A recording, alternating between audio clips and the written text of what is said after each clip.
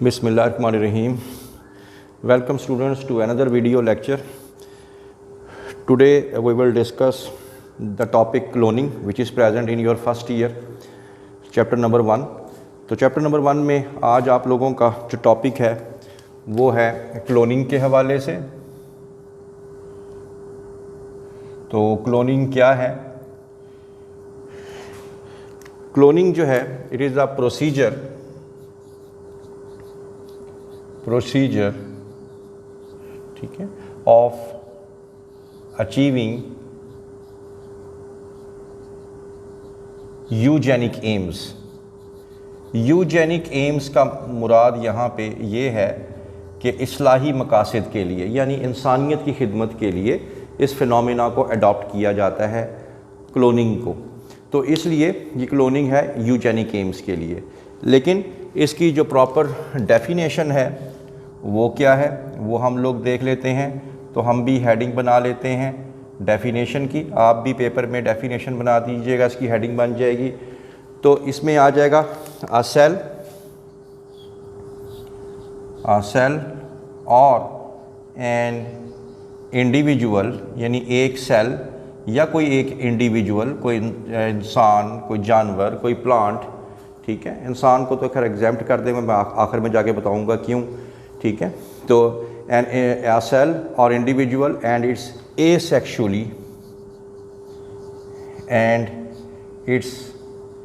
asexually produced offsprings, यानी एक cell से या किसी एक इंडिविजुअल से आगे उसकी नस्ल को बढ़ाना, लेकिन किस मेथड के ज़रिए? एसेक्सुअल मेथड के ज़रिए उसको आगे लेके चलना। तो ये आप लोगों ने बता देना है, ये कहलाता है क्लोनिंग। क्लोनिंग जो है इसके बारे में 2-3 बातें आप लोग और बता दें। इनकी चंद एक प्रॉपर्टीज़ खूबियाँ क्या हैं या करैक्टरिस्टिक्स क्या हैं। पहली बात तो ये है कि जितने भी क्लोन्स बनते हैं, ऑल क्लोन्स जो हैं, जितने भी क्लोन्स होते हैं वो सेम होते हैं, आर सेम। ठीक है, एक्सेप्ट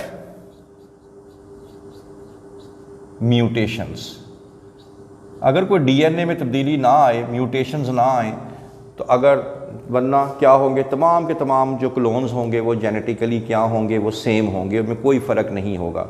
हाँ, लेकिन एक शर्त है कि अगर उसमें म्यूटेशन जो है वो आ जाए फिर सेम नहीं होंगे। तो दूसरी बात, जनरली आम तौर पे नो एनिमल,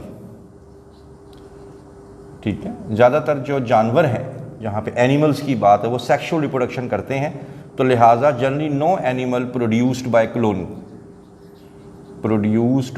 क्लोनिंग। जानवरों में आम तौर पे ये होता है कि क्लोनिंग आम तौर पे उनमें जनरली नहीं होती, लेकिन कुछ हैं जिनमें क्लोनिंग होती है। मिसाल के तौर पे इंसेक्ट्स हैं, इनमें नेचुरली क्लोनिंग होती है, इनमें एसेक्सुअली इनके ऑफस्प्रिंग्स प्रोड्यूस हो जाते हैं।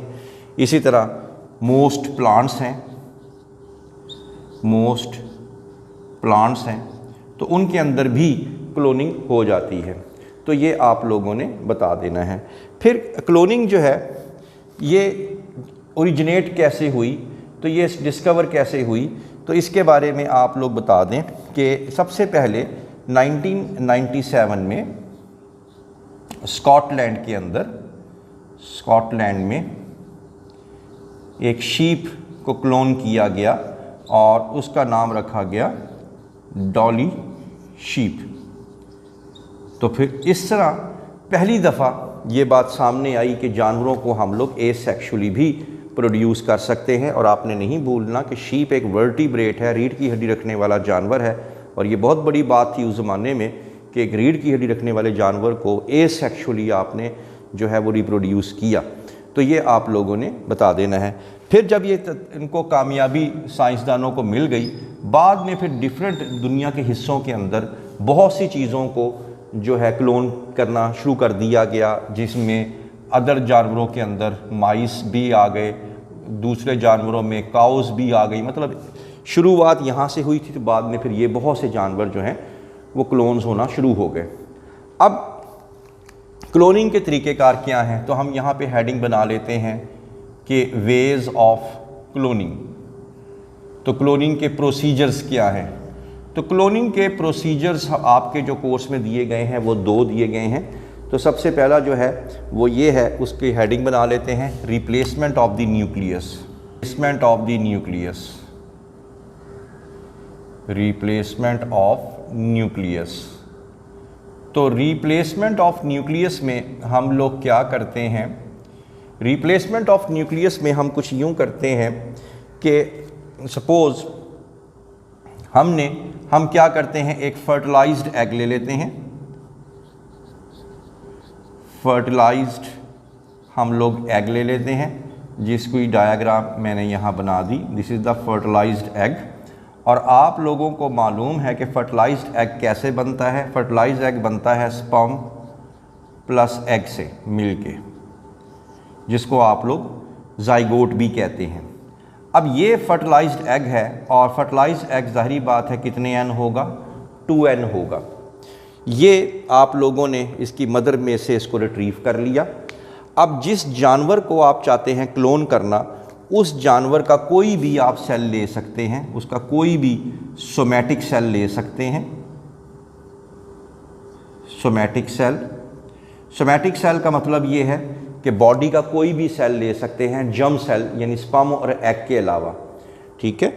तो उसका किसी जानवर जिसको आपने तैयार करना चाहते हैं कि मेरा जो नेक्स्ट जानवर है वो बिल्कुल इस तरह का हो, तो उस जानवर को का कोई भी सेल ले लें जिसको आप कहते हैं सोमैटिक सेल। और सोमैटिक सेल जो जानवर का होगा वो कितने एन होगा? 2n होगा। और यहाँ पे क्या है, ये आप लोगों के पास जाइगोट है यानी फर्टिलाइज्ड एग है। तो जाइगोट भी कितने एन हुआ? 2n, ठीक है। तो अब आप लोगों को चाहिए ये वाला जानवर, इसकी क्वालिटीज़ चाहिए, इसकी क्वालिटीज़ नहीं चाहिए। तो आप फर्टिलाइज्ड एग में से ये जो न्यूक्लियस है इसको आप क्या कर दें? इसको डिस्कार्ड कर दें, इसको ज़ाया कर दें, और इसकी जगह पे जो जानवर का आप लोग क्लोन तैयार करना चाहते हैं उसका न्यूक्लियस जो है वो इसके अंदर इंसर्ट कर दें। और जब ये न्यूक्लियस इसमें चला जाएगा तो वापस इसको इसकी मदर की वूम में जो है वापस रख दें, ताकि बाकी ये जो डेवलपमेंट है ये वैसे ही कर सके जैसे इसने नेचुरली करनी है। अब जब ये जानवर जब पैदा होगा तो ये बिल्कुल ये जानवर जो है ये इस जानवर की आइडेंटिकल कॉपी होगा। क्यों? क्योंकि ये न्यूक्लियस जो है वो इस जानवर का है, इसका अपना न्यूक्लियस हमने क्या कर दिया था? ज़ाया कर दिया था। तो दोबारा सुन लें, मैं रिपीट कर देता हूँ कि जब भी आप लोगों ने कोई क्लोन तैयार करना होता है तो आपने कोई डिज़ायर्ड जानवर जिसकी आप चाहते हैं कि हमारे पास मल्टीपल कॉपीज़ आ जाए, तो फ़र्ज़ करें वो ये जानवर हैं, उसका आपने एक सेल ले लिया, और दूसरा कोई जानवर उसमें से आप उसकी मदर में से फर्टिलाइज्ड एग निकाल लें जिसको आप जाइगोट कहते हैं, और ये कितने एन होगा? 2n। इसका न्यूक्लियस निकाल के डिस्कार्ड कर दें, और जो जानवर आप बनाना चाहते हैं कॉपी, उसका न्यूक्लियस लें यानी डोनर का न्यूक्लियस लें और इसके अंदर इंसर्ट कर दें, और वापस इसको मदर के अंदर रख दें। ये वहाँ पे डेवलपमेंट करेगा, और जब ये जानवर पैदा होगा ये बिल्कुल इस जानवर की कॉपी होगा। इसे कहते हैं replacement of the nucleus. Number 2 पे हमारे पास एक और तरीक़ेकार भी है। उस तरीके को हम लोग कहते हैं division of fertilised egg. Division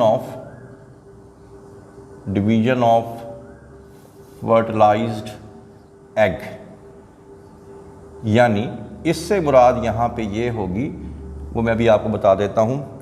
इसको आप लोग एक और हेडिंग भी दे सकते हैं, डिवीज़न ऑफ ब्लास्टोमेयर।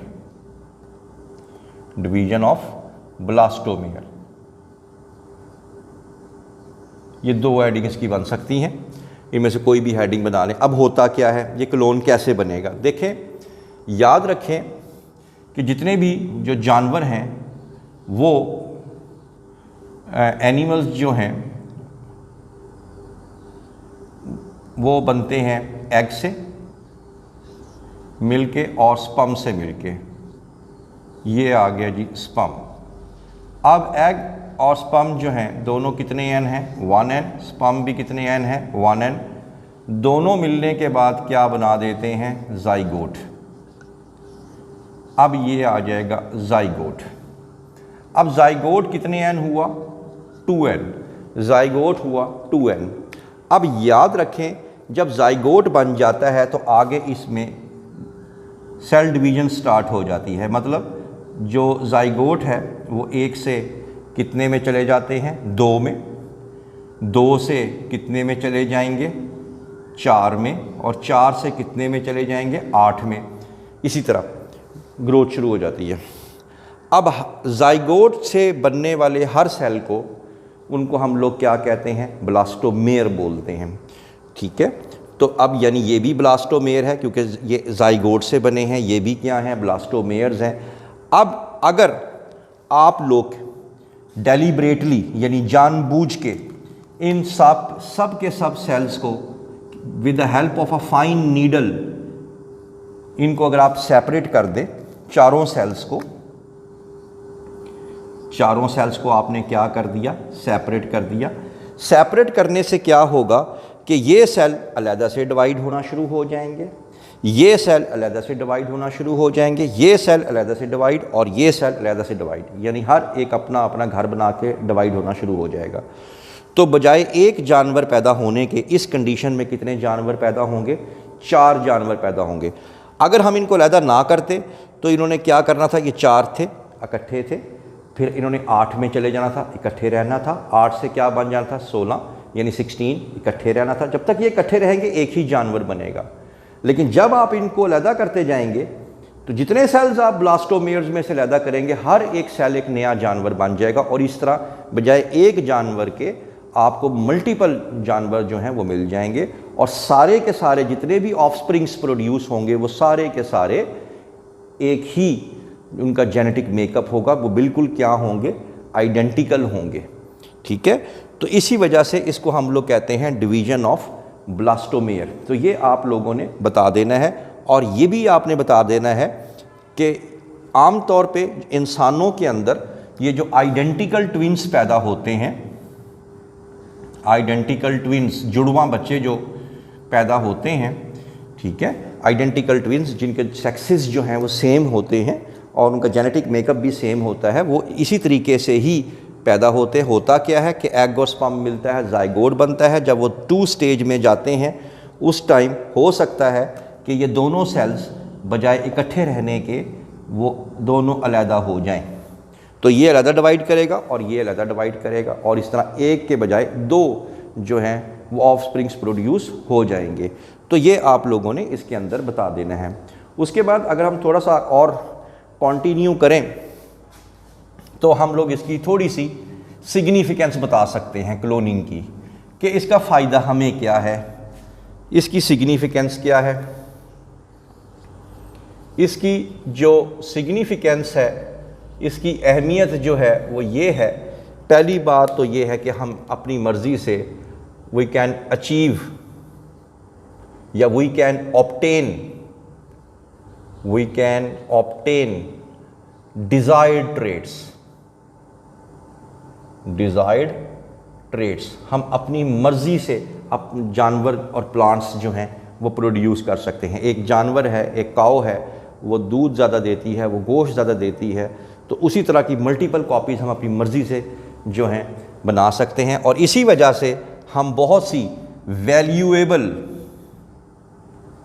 पेडिग्री, यानी पेडिग्री का मतलब आला नस्ल के जो जानवर हैं उनकी हम मल्टीपल कॉपीज़ तैयार कर सकते हैं। जैसे कि कई आला नस्ल के हॉर्सेस हैं, ठीक है, हॉर्सेस की आपको पता है रेस वगैरह के अंदर जो हैं बहुत यूज़ होते हैं। तो यहाँ पे उसी नस्ल के उसी को ही आप लोग उसके मल्टीपल जो हैं वो कॉपियाँ तैयार कर सकते हैं, ताकि मैक्सिमम जो है लोग जो है बेनिफिट हासिल कर सकें, प्रॉफिट हासिल कर सकें। ज़ाहिर बात है, एक जानवर है, एक हॉर्स है, वो हर साल रेस जीतता है, उसके अगर आप बहुत से क्लोन तैयार कर लेंगे तो बिल्कुल आइडेंटिकल हॉर्सेस बन जाएंगे, ठीक है। और आपको पता है कि वो बहुत फिर महंगे मार्केट में बिकते हैं और उनके अंदर वही क्वालिटीज़ होंगी जहाँ से उसको लिया गया है, जिससे उसका सेल लिया गया है। अच्छा, इसके साथ साथ आप ये बता दें, दुनिया के कुछ ममालिक के अंदर ह्यूमन की क्लोनिंग की जो है वो भी अटैम्प्ट की गई हैं, लेकिन अमेरिका में, यूएसए के अंदर से वहाँ पे जो प्रेसिडेंशियल ऑर्डर्स हैं, सदारती ऑर्डर्स जो हैं, उनके मुताबिक दुनिया भर के अंदर जो ह्यूमन जो क्लोनिंग है, ह्यूमन क्लोनिंग जो है वो बैंड है। यानी इंसान की जो क्लोनिंग है उसकी इजाज़त दुनिया में नहीं है। कई अखलाकी मॉरल इश्यूज़ हैं इस पर, और सिक्योरिटी थ्रेट्स भी हो सकते हैं, तो लिहाजा इंसान की क्लोनिंग अभी तक पॉसिबल नहीं की गई। हालांकि ये मुमकिन तो है, फिजिबल तो है, लेकिन इसकी परमिशन नहीं है। तो ये बाकी जो एनिमल्स हैं जिनको हम लोग यूजेनिक एम्स के लिए, इंसानी इस्लाही मकासद के लिए इस्तेमाल करते हैं, उनकी क्लोनिंग हो जाती है। तो यहाँ पे आप लोगों का टॉपिक कंप्लीट हो गया है। उम्मीद है कि आपको ये टॉपिक समझ आ गया होगा। अगर किसी किस्म का भी कोई क्वेश्चन हो तो आप लोगों ने कमेंट सेक्शन में जाके पूछ लेना है। For more interesting video please stay connected with us. Thank you very much.